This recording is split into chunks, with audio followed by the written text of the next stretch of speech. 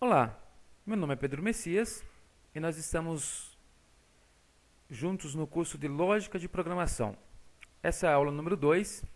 Nós vamos trabalhar um pouco mais o desenvolvimento de algoritmos. Na primeira videoaula, nós aprendemos os fundamentos básicos da lógica de programação e fizemos três exercícios pequenos para termos um primeiro contato com isso que vem a ser basicamente 90% de todo o curso de lógica, né? Que é o desenvolvimento de algoritmos.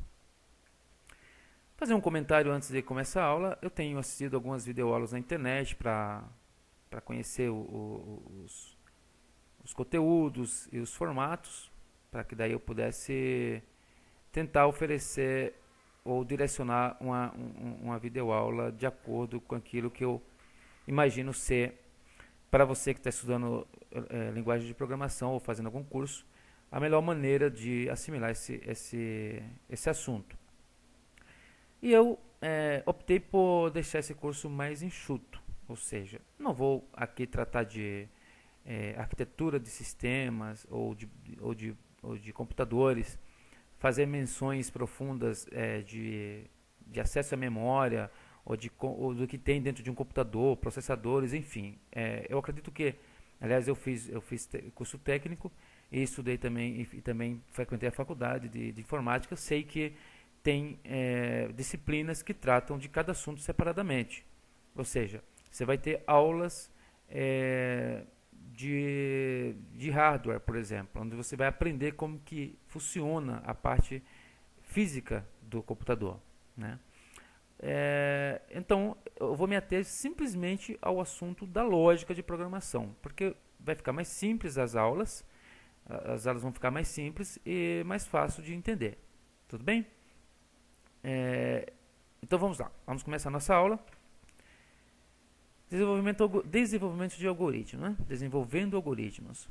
Bom, para desenvolver algoritmos é preciso pensar em algumas premissas. E uma delas é a facilidade de interpretação. Um algoritmo ele deve ser fácil de interpretar, fácil de ler. Tá? Se você pegar um manual e ele tiver de acordo com o texto que tiver no manual, não vai ser qualquer pessoa que vai conseguir fazer. Mas um manual bem feito, bem desenvolvido, escrito numa linguagem de fácil interpretação, permite que qualquer pessoa consiga fazer aquilo que o manual está orientando a fazer.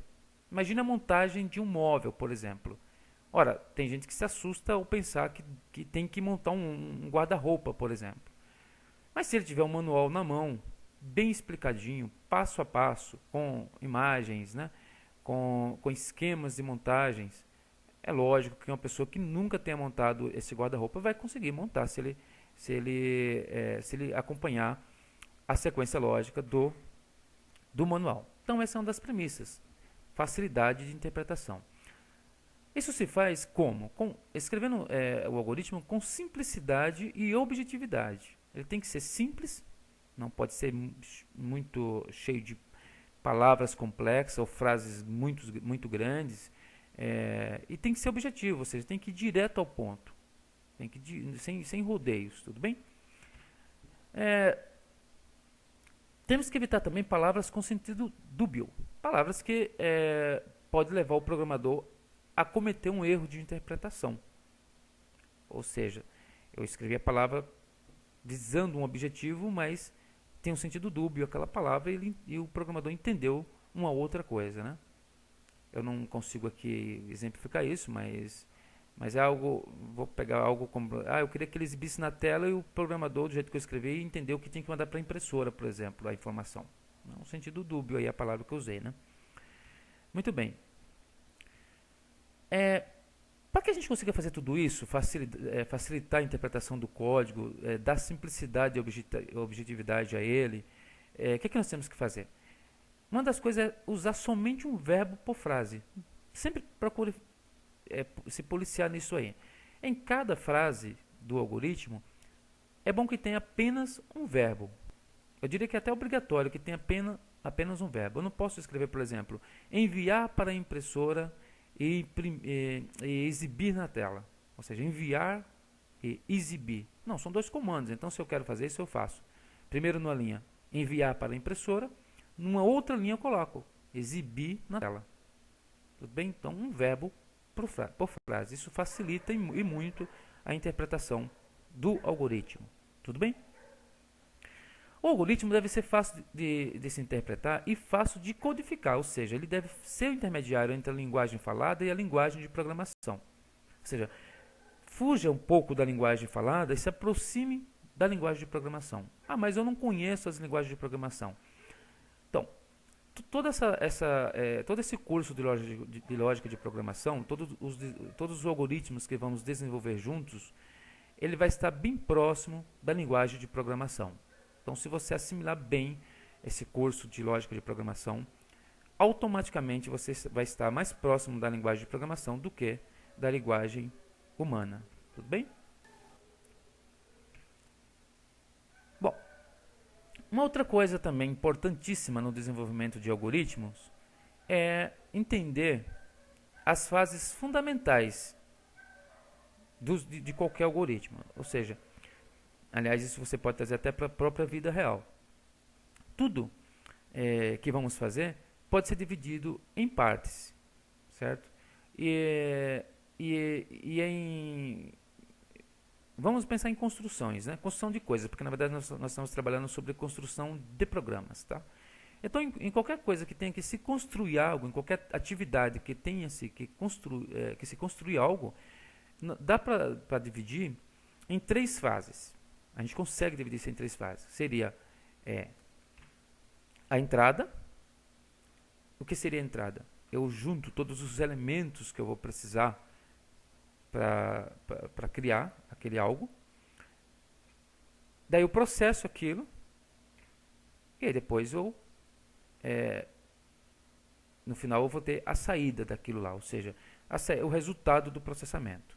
Não estou falando mais de programas, tá? Em si, mas do que o programa vai fazer, ou seja, a entrada seria as informações que aquele algoritmo precisa para executar aquela atividade.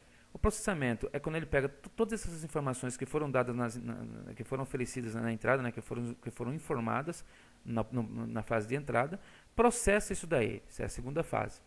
E na terceira ele devolve o resultado daquele processamento. Tudo bem? Um exemplo que podemos usar aqui, muito fácil de entender, é se eu precisar, por exemplo, calcular a média de 3 números, por exemplo. Então, o que seria a entrada? Vamos dividir esse problema, então, em 3 fases. Eu tenho a entrada, que é onde eu vou receber os números. Depois eu vou ter o processamento, que é onde eu vou calcular a média. E depois eu vou ter a saída, que é onde eu vou devolver o resultado desse cálculo. Tudo bem? Pense no ser humano, para fazer uma analogia aqui, né? Ele recebe dados, né? Todos nós recebemos dados a todo instante, vivemos em constante contato com o meio onde vivemos. Então, através do olhar, através do ouvir, através do ler, do sentir, a gente vai recebendo informações e aí a gente processa essas informações e devolve uma reação, como correr, sentar, deitar, levantar, tá? Sorrir, chorar.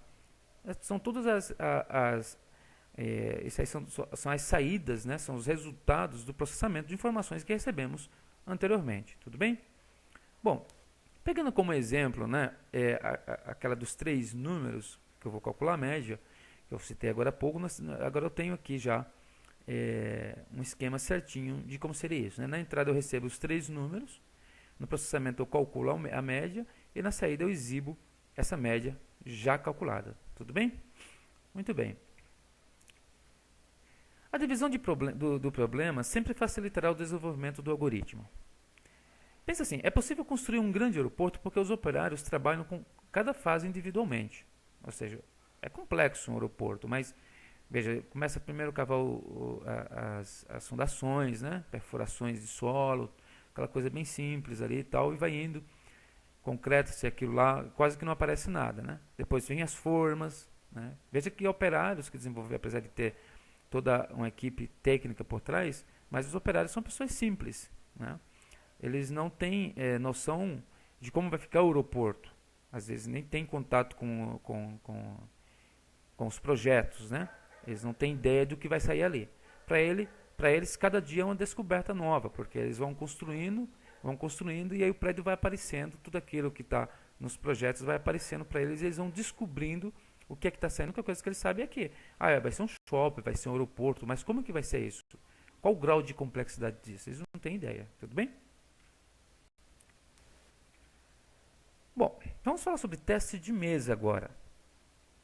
O que é teste de mesa? Teste de mesa, muitas vezes nós temos dificuldades de desenvolver um determinado trecho do algoritmo. Ou seja, a gente escreve e na nossa concepção aquela lógica está correta, mas quando quando passamos aquilo para uma linguagem de programação e transformamos aquele algoritmo em um programa, o resultado não é aquele que se esperava ter, né? E a gente olha e olha e olha no algoritmo e não consegue enxergar o erro de lógica. Mas há um erro de lógica, porque senão o nosso resultado não seria diferente daquele que a gente queria ter, certo? O teste de mesa, na verdade, é uma forma de depurar o programa, é uma forma de descobrir, de olhar, né, as informações dentro da memória, de simular um olhar para dentro da memória. É uma forma de a gente acompanhar passo a passo o que está acontecendo com as informações, com os elementos que estão sendo tratados, tá? Então, como funciona o teste de mesa? No caso, para fazer esse teste de mesa aqui de exemplo, eu vou utilizar o algoritmo que calcula a média de 3 notas. O que é que eu fiz? Eu criei aqui uma tabelinha onde eu vou imaginar as memórias, os espaços de memórias onde eu vou guardar as informações durante o processamento. Tá? Então eu tenho N1, N2, N3 e média. São 4 variáveis, são 4 espaços de memória onde eu vou guardar cada informação. Quando eu receber N1, ele vai para N1, quando eu receber o primeiro número, a primeira nota. Quando eu receber a segunda nota, vai para N2. Quando eu receber a terceira nota, vai para N3. E quando eu calcular, o resultado desse cálculo eu vou jogar em média. Tá? Esse é um teste de mesa muito simples, é só para elucidar como se faz o teste. Né? No caso de um algoritmo desse tamanho, logicamente que não precisa de um teste de mesa, ou seja, você vai conseguir fazer esse algoritmo sem errar na lógica, tudo bem? Então, é só para elucidar a maneira como se faz o teste de mesa. Mas, logicamente, você vai usar teste de mesa para coisas mais complexas, tá? O que eu fiz aqui para trabalhar com esse teste de mesa? Ó? Eu imaginei o que aconteceria quando eu executasse a linha que vai pedir o primeiro número. O que vai acontecer? Esse primeiro número vai para N1. Ou seja, digamos que o usuário inseriu, quando eu pedi o primeiro número, o número 5. Primeira nota, né? Então eu joguei em N1 a nota que foi informada, 5. Como as outras variáveis ainda não foram preenchidas, então nós vamos adotar que elas contêm a informação, o número 0, tá? O valor 0. Então é 0 para N2, 0 para N3 e 0 para a média, porque não foi atribuído nenhum valor ainda a essa variável. Na segunda linha eu vou pedir o segundo número, então já tenho N1, agora eu tenho N2 também, porque eu guardei a segunda nota em N2. Então em N1 eu tenho 5 que eu tinha recebido anteriormente, e agora eu tenho também número 6 em N2. N3 está zerada ainda e média também está zerada. Eu já estou fazendo o teste de mesa. Isso aí você pode fazer com uma caneta e um papel. Simplesmente faz uma tabelinha, né? Desenha uma tabelinha, escreve um cabeçalho dizendo quantas variáveis vai ter, ou seja, a quantidade de colunas dessa tabela será exatamente a quantidade de variáveis que você vai precisar ter, quantidade de espaços de memória que você vai precisar ter para desenvolver aquele algoritmo. E aí você vai, linha por linha, escrevendo, né? Preenchendo os valores que contém nas memórias, nos espaços de memória naquele instante, tudo bem? Bom, num terceiro momento, que é quando eu recebo a terceira nota, eu vou ter os seguintes valores: 5 em N1, 6 em N2 e 4 em N3. A média continua zerada, tudo bem? Agora nós vamos para uma linha onde nós vamos ter o cálculo, onde vai estar escrito provavelmente assim: média recebe N1 mais N2 mais N3 dividido por 3, tá? Logicamente, a gente pode fazer esse cálculo. Esse cálculo da média é simples, mas se fosse um cálculo mais complexo, poderíamos fazer esse cálculo numa calculadora, ou, sei lá, montar essa continha no papel e fazer, enfim, usar uma ferramenta à parte, fazer essa conta, chegar no resultado. Nesse caso, nós chegaríamos a 5, porque 5 mais 6 é 11, mais 4 é 11, 5 mais 6 é 11, mais 4 é 15, dividido por 3 é 5. Então, chegaremos a 5, e aí seria o nosso resultado final, ou seja, 5 em N1, 6 em N2, 4 em N3, e a média desses três números seria 5. Fiz o meu teste de mesa e descobri o que aconteceu passo a passo. se houvesse algum erro de lógica, nesse teste de mesa, com toda certeza, eu pegaria esse erro. Tudo bem? Como eu disse no início desse teste. Num algoritmo desse porte, provavelmente não vamos precisar fazer um teste de mesa. Foi só para ilustrar como que se faz esse trabalho. Tudo bem? Bom, pessoal, o teste de mesa é mais voltado para quando estamos desenvolvendo o algoritmo, ou quando queremos testar o nosso algoritmo. Porque na maioria das linguagens de programação existe um depurador, que é uma poderosa ferramenta que nos permite testar a lógica, tá? Então não vamos fazer teste de mesa, pelo menos com esse nível de simplicidade, né, que está aqui, quando estivermos programando. Quando estivermos programando, a própria linguagem de programação já vai trazer consigo uma ferramenta poderosa, né, e fácil de utilizar, cheia de recursos, que vai nos permitir depurar o programa, fazer esses testes, né, de teste da lógica, para saber onde erramos ou se erramos. Tudo bem? Bom, por hoje é só. Né? Nessa videoaula ficamos por aqui. Então, espero que tenham gostado. Até a próxima videoaula.